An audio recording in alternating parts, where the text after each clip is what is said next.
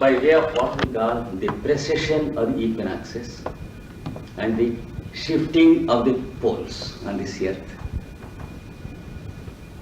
You see, the earth has 7 simultaneous movements. One is it is going around itself daily, which we call the diurnal motion. The other is it is going around the sun, the second. A third is 6 months this side and 6 months this side. She dances. The southern and northern tilt. And the fourth is it turns his head like this through centuries. The North Pole is turning like the grinder. So we can conceive and comprehend 4 simultaneous movements of this earth. The 3 other movements are there which are a little bit difficult to comprehend. So there are 7 simultaneous movements that are being made by the earth in its journey around this sun. The LCM between any 2 movements gives these numbers. Similarly, you have the formula of the pyramid with its base as square and the side as triangle. Having this number as 3 and this number as 4, having the number of root races on this earth and the number of the rays of the solar energy that comes to the earth, and also giving the number 12, which is the number of the months in the year produced by certain secrets in the solar correspondences, which we call the polygons, the geometry produced by the sun, because God geometrizes through sun. Of course, it is something mystic. It requires 4 or 5 lectures, which we hope we'll have afterwards. But now, we have to use these numbers. This is also one such number. You know that it takes 72 solar years for the precession of the equinoxes through 1 degree. And the number 6 is one of the keys of the scriptures, because the whole day is divided into 6 equal parts for certain purposes, astronomical purposes, and again into 60 equal parts, into 600 and 6,000 equal parts. So to the year, so to the century, so to the millennium. These are the numbers with which we are expected to divide the day or the year or the century, so as to get certain solutions to the astronomical phenomena to be equated to the biological phenomenon on this earth. Just remember this. So when multiplied, you will get this number. This is called the number of what we call the bigger units of time on this earth. In the meanwhile, what we call the root races come and go according to the planetary propensities. The planets, these main 7 planets, have their characteristics. Each planet produces its own mold of humanity, anthropologically differing from another mold.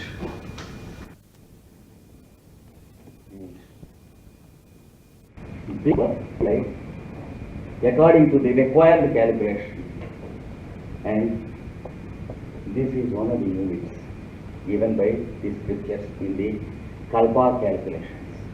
That is, to know the detail of the work or ritual done in one wave of creation. So this is called the unit time of the human kingdom on this earth. Evolutionary cycle, you can say. One evolutionary cycle. In Sanskrit, unit is called Kali. Kali means unit. So this much of time is called Kali Yuga. we have many strange and queer notions about Kali Yuga, that it is a dark age. We have the same concept as we have about Antichrist. We have many ugly concepts in spite of the existence of God. We have the existence of the concept of Antichrist and Kali Yuga. Though we know that Christ exists, we remember Antichrist also. That's the pity of the poor human mind. Though we know something good, we remember evil also, because we remember that there are evil fellows on this earth. So we force ourselves to believe something bad also, though we know that there is good. So about Kali Yuga also we have such wild and savageous notions, just as we have about Antichrist or the devil. When God is there, we remember more about the devil than of God. We are afraid of the devil than we are fearless of the God. See, we are expected to be fearless because there is God, but we are always dreaded of devil because at heart we believe that devil is more powerful than God. You see, it is a pity that we offer our prayers, Lord, tempt us not into evil, because we believe that Lord is devil, because he never tempts us into evil. But we pray him like evil. Now, Kali Yuga is something good, not bad. This unit is called Kali Yuga, and twice that unit is called Dwapara Yuga.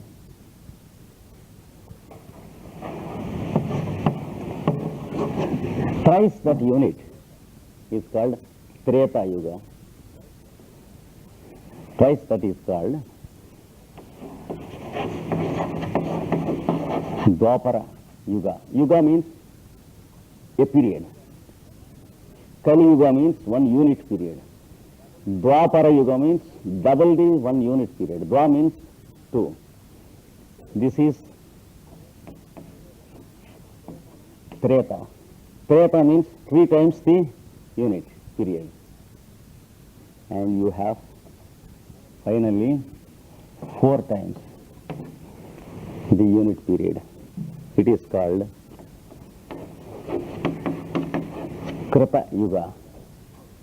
It is also called Satya Yuga. Kripa in Sanskrit mathematics means multiplied by 4. So you have the 10 units. Once again the same figure occurs with 1 more 0. The same thing Pythagoras explains as the secret of the decade, Pythagorean decade.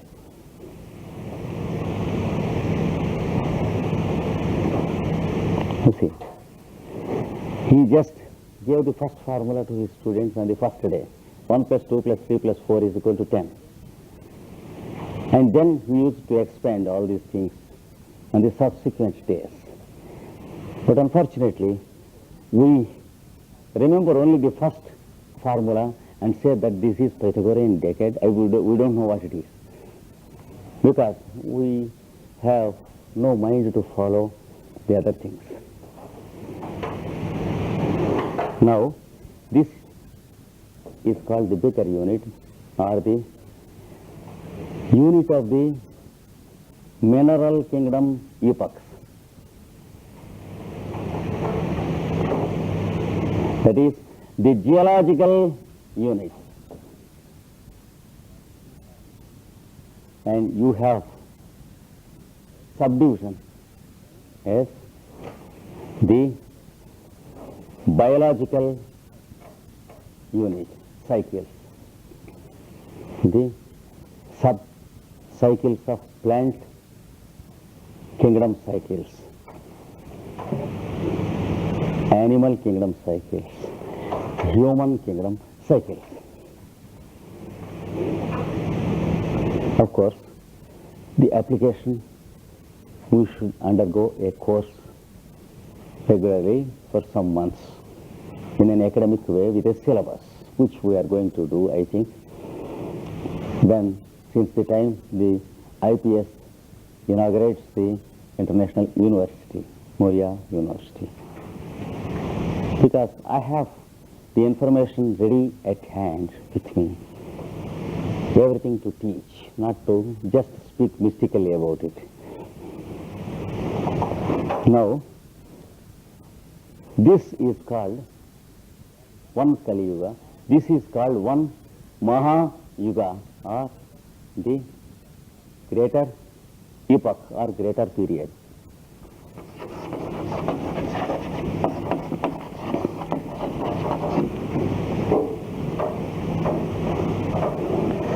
And 71 such Mahayugas, according to an astronomical phenomenon, 71 make one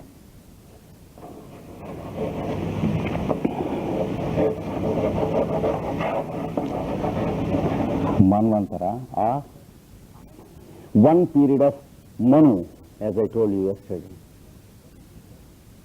Manu, one period of Manu. That means one vast period of one sweep of human evolution through the various stages of the biological evolutions.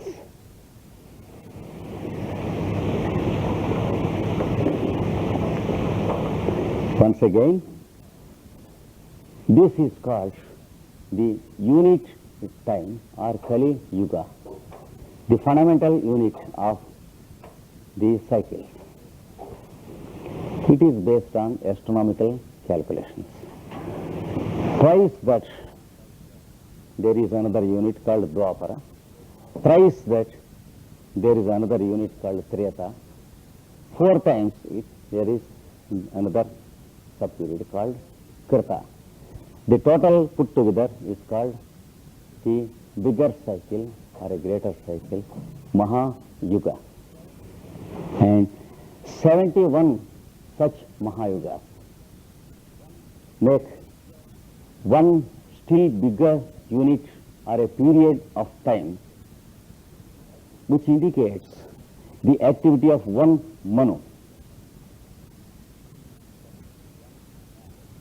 That means one man. That means the prototype of man who produces his types, the archetype who produces his own molds as prototypes on this earth.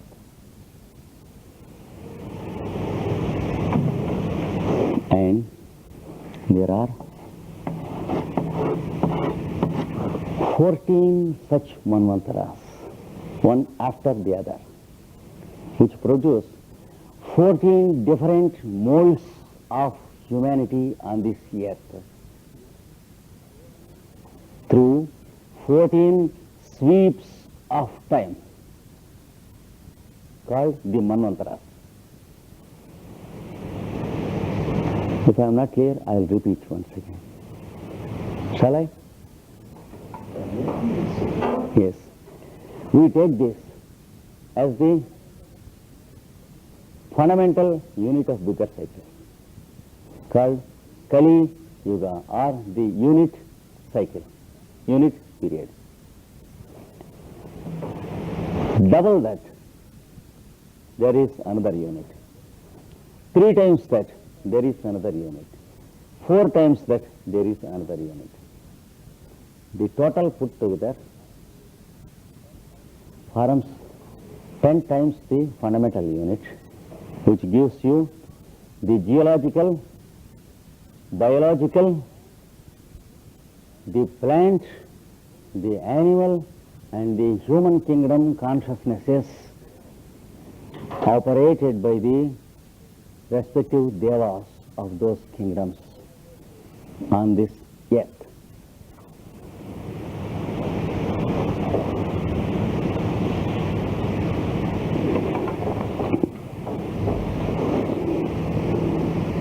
So, 71 such units form one period of Manu called Manvantara. Each Manvantara represents a group of human beings evolving through all these stages and living through one sweep of time, having the same type of physical frame, the same type of logic, the psychological, psychic and other faculties,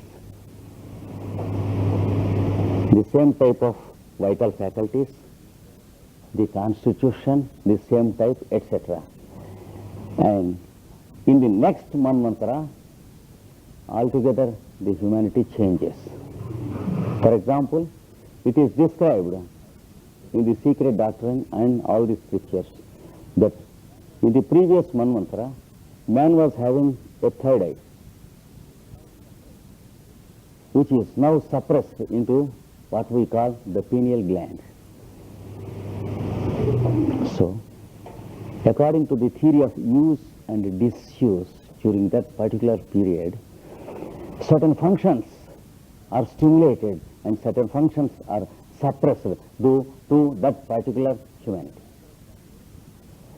And another example is, in one of the previous Manvantras, the human beings were transparent in their bodies. You could see through them, and they had transparent wings and a transparent tail. They were called the serpents. In the present books, we call them serpents. If you read the chapter on serpents in Secret Doctrine, you will know something about these things. See, like that, you should not think that a human being will be like Krishnamacharya or Rodolph in every age. The 20th century human being will be like Rodolph or Krishnamacharya. But if you go into another age, there will be human beings with horns, like that. The possibilities of the biological kingdom we cannot understand properly. And first, there are 71 Mahayugas making one Manvantara. Up to this, I think it is a bit clear.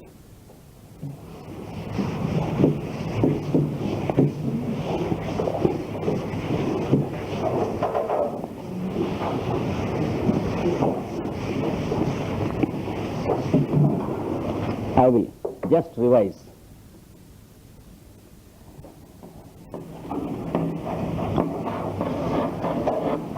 This period of solar years on this earth is called the fundamental unit Kali Yuga.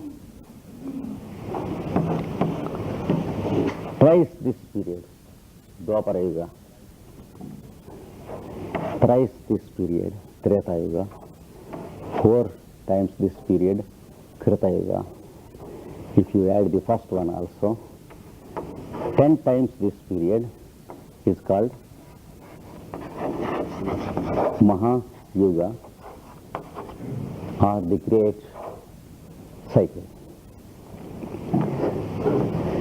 71 Mahayugas gives you the period of one Manu called Manvantara. Antara means interval. Manvantara means a period of one Manu. And you have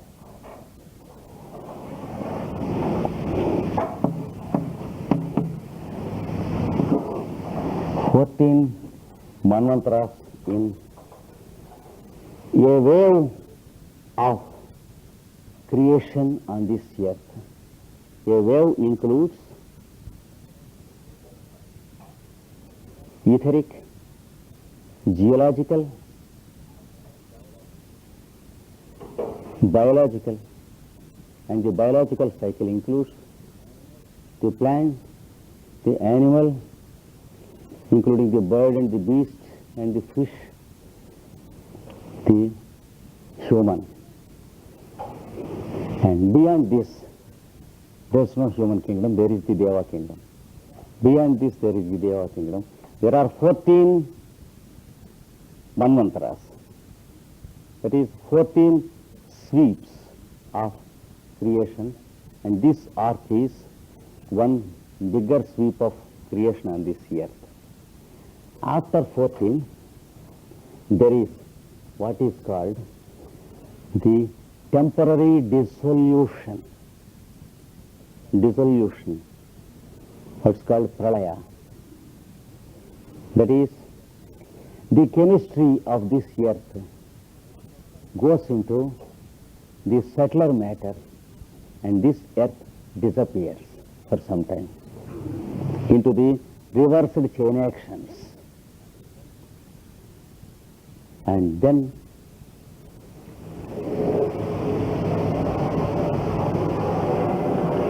an equal period of the 14 manvantras, there will be a period of no creation, no earth, to this earth. But in the meanwhile, another earth will be operating in its place. Because when it is going to come to a close, a nucleus forms. And that nucleus represses our earth, and this condenses into the next earth, operates with its 14 manvantras, and this will be dormant. See? And then after this, you will have another period of dawn. Again, it inaugurates the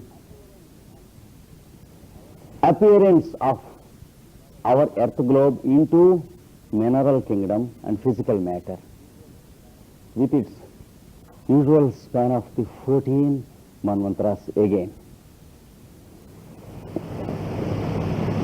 We will understand by knowing correspondences. You have 14 lunar phases in every month, after which you have the no moon, which we call new moon, disappearance of moon. And then there are 14 moon phases, after which you have the full moon. See, 14 plus new moon, 14 plus full moon. Every lunar month, we know this. If we just remember this formula, you will remember the background formula of the creations, of the 14 manas. I think I am clear if I speak about the lunar divisions. Lunations they are called. Phases of moon. I think you know all of them. The full moon is one phase. Like that, there are 14 phases after the full moon. Then there is the new moon. It is one phase. After that, again there are increasing phases and there are decreasing phases. You see, the whole thing takes place 14 plus 14 is equal to 28, 1 plus 1, 2, 30 moon phases. From new moon to new moon, it is 30 moon phases. Or from full moon to full moon, if you count, it is 30 moon phases. Am I clear?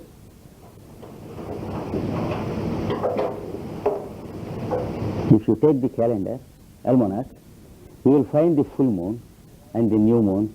In between, you have 14 moon phases. and two lunations, nodal points, one full moon, the other new moon. And you will find the same cycle in the periodicities of what is called the inner globe of Earth. Do you know that there is an inner globe to our Earth? It is what we call the egg or the ovary of a healthy lady in age. See, it has its own new moon, which we call the menstruation appearance. And it has its own full moon, which we call the ovulation period. So from menstruation to menstruation, in the case of a healthy lady who does not use the pill, etc., it is 30 moon phases, because the woman is to be understood as the correspondence of our earth, or the archetype of mother, because reproduction is the symbolic ritual of the earth and the female body. So this is the real science of biology, wherein you find the secrets of kalpa, or the details of the ritual. Of course, you can read them again and again if you care to go through the glorious book Secret Doctrine by Helena Petrovblavatsky. But unfortunately, the book is too big and too unwieldy for any busy intellectual to go through. He has his own business more important. That's why the ancients said that the wisdom belongs to those who have sold themselves to wisdom and who have nothing else more important. Unless we sell ourselves to wisdom, wisdom cannot be purchased by us, because we are too little when compared to wisdom.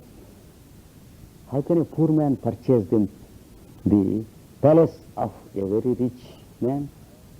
Wisdom is very rich, and our poor brain is very, very poor. Unless we sell away our brain for life permanently to wisdom, we can never dream of purchasing wisdom. It's not a university course or an academic course which we can purchase by paying something to the university. See, wisdom is different from knowledge. When you give yourself up to it, you will get it. If you want to grab at it, you will go into confusion and waste your lifetime. So we are expected to choose between the two. If we want real wisdom, we should sell ourselves away to it. If we want to own it, we have to go to the universities, not to the books of wisdom, to purchase what we call some academic knowledge, some course. See? Excuse me if I am a bit rough, but it is true, unfortunately. There is no exception to it. Wisdom has its own aristocracy. It never bends its head to anyone. And we have to bend our head and sell ourselves to it, if at all we want it. Otherwise, we need not care for it. We have to choose. But we can't have two. Now, the formula of the lunar month has its calendar in the receptacle, which we call the egg of the woman.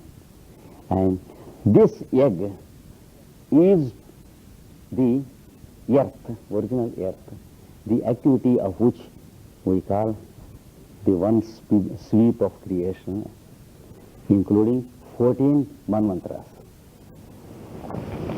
That period is called kalpa. It is called one day of the Creator. A period of 14 manvantras, which we have seen, after which there will be a pralaya or a dissolution, after which there will be an equal period of wide. Of course, in our view, it is wide. Just as sleep is vacant from our point of view. Because we can't know what sleep is. Because we become stupid when sleep is on. Therefore, we don't know what sleep is, but we call that sleep is something negative. That means we are fools towards sleep. We call it vacant. Vacant means ignorance. To us, not to the sleep. Similarly, this period is wide when thought by the human living brain, and the other period is fertile. There are two periods alternating. This one period is called kalpa, or 1 day of the Creator. The other period is called pralaya, or 1 night unit of the Creator. Creator does not mean God, but the deputy of God, who is called the Lord God by the Jews, or Jehovah, that is the double God, who has the male and the female in him as the two counterparts. He is not God, but he is a deputy of God, who comes down again and again periodically.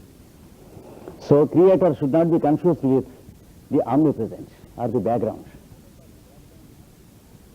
The omnipresent or the background is what we have to understand as God. See, that is real God in its true sense.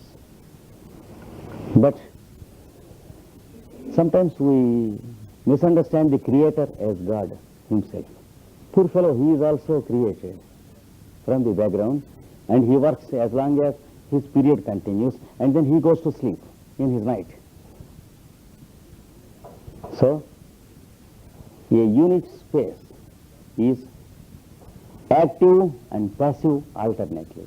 This is called the active phase, and this is called the passive phase. It alternates. So it is kalpa, no, not only kalpa, 1 day of the Creator. 365 such days of the Creator put together called 1 year of the Creator.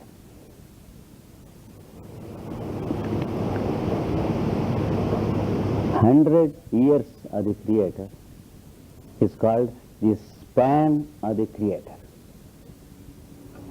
So you have to understand the whole thing like this. The petals of a flower, the span of a Creator, the span of a lesser Creator, the span of the Manus, the span of the Devas, the span of the Pitrus, the span of the mineral kingdom, plant kingdom, animal kingdom, and human kingdom, like this. That's why the whole thing is to be understood in one of the keys of the Veda as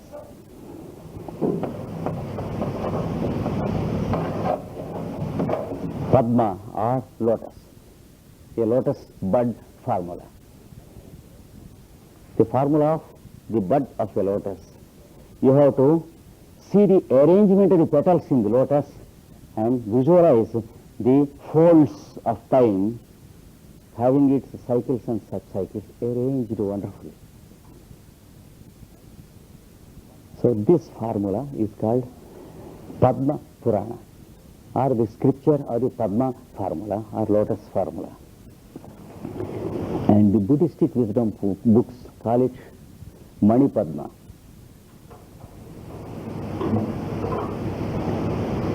And they give one mantram as a master key, not to just meditate and get powers and all nonsense, but to know these things. There is the mantram called Om Mani Padme Hum. There are wonderful fellows who believe that they get powers by meditating this mantra. It is for the highest use that these things are given, not for the sake of idle curiosity of people who want to grab powers in seance rooms, invoking departed souls and all nonsensical things, spiritism and dirty things. You see, Those are premature, foul souls who have to wait a long period before they can comprehend what the powerful seers of the old have given. If a true Buddhist says Manipadma, he means something different from what we understand. It is too pure. And if the man of the ancient scripture, Indian scripture, says the Padma Purana, it is something different from what we understand. So, the whole thing is to be understood. And now we have one span of one creator as the outermost petal. That is called the real kalpa in its sense, in its true sense. To distinguish between one day and this, it is called Mahakalpa. That is the big kalpa. These figures are given, worked out on a single page in the secret doctrine. Once again they are given in the single page of another such glorious book called A Treatise on Cosmic Fire. Of course, I hope you have gone through both the books. You are good enough to read those books, because it is 100 years ago that the secret doctrine was printed for the first time, and about 50 years ago the Cosmic Fire was printed for the first time. And you have ample time. You might have read each of these books at least 5 or 6 times. That's why I stand before you with great veneration, because I believe that you have gone through these books. Otherwise, these things are as useless as anything to a layman going on the street. He just looks at it, blinks and goes away. So, this is what is called Kalpa, and this is the just atlas, an aerial view of Geneva city. Before a foreigner like Krishnamacharya can find himself confused in the streets and labyrinths of Geneva, when he looks at the city from an aeroplane, this is how it appears.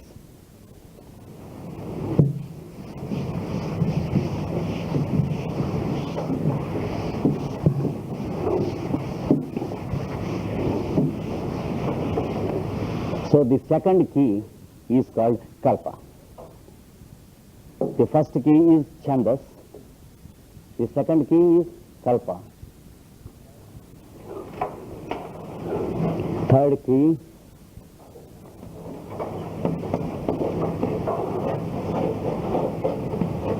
Vyakarana, or the grammar of the scriptures.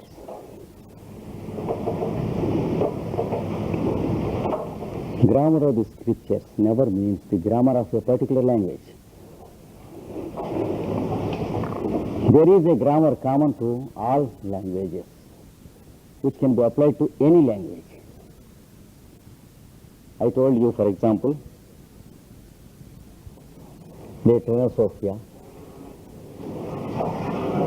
the learner, the one who wants to know the object of learning and the process of learning.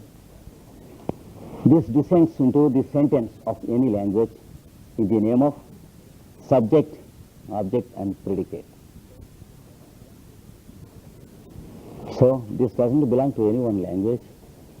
It is the original mold of a sentence, and it is applicable to the sentence of any language. Wherever there is a sentence and an utterer, you find this.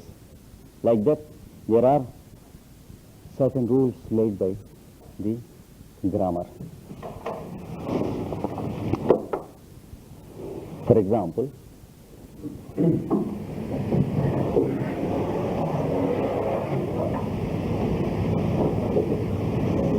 the I am in you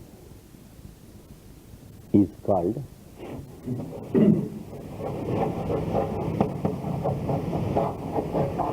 substantive.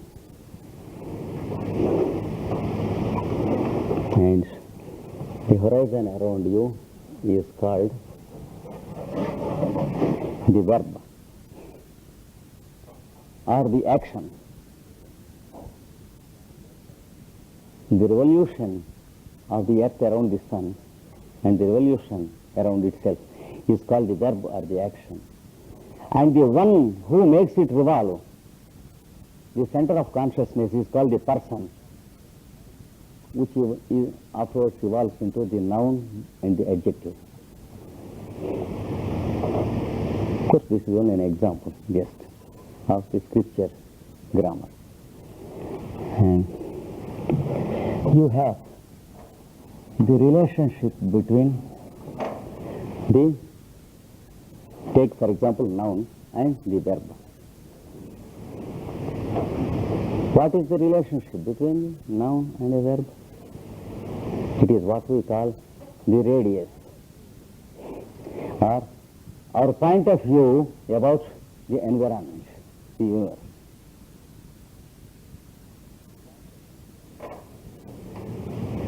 Point of view. The iamb is the center of the circle, the horizon is the circumference of the circle, and the relationship is called the radius, or your point of view.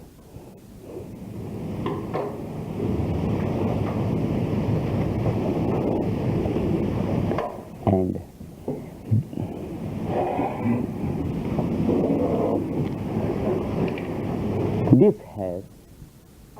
this point of view has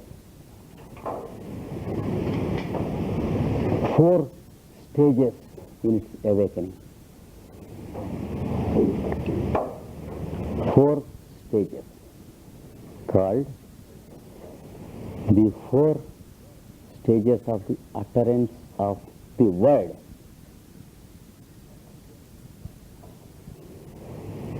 This is only one example.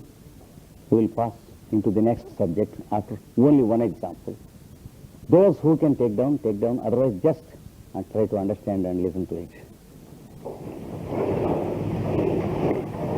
4 stages of utterance or 4 steps of utterance. 1, 2, 3, 4.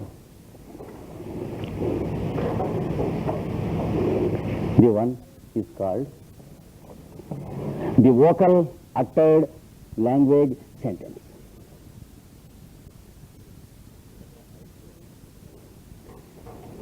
Suppose I say, here is Mr. Nalting.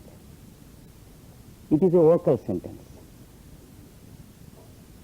And it is a sentence in English called language sentence. That is the first stage. Prior to that, we have the stage of mental language sentence. Because before I wanted to utter, here is Nalting, mentally I have to utter that sentence. So before I uttered, there is this sentence on the mental plane. It is the previous stage, mental language sentence. Before that, I have to utter, but without any language. Then only I can translate it into English or French or German or my own language. Unless I utter to myself without any language, which we call the concept, we can't translate it into our language. So there is the previous step, third step. It is called the mental sentence without language. First is the vocal language sentence uttered.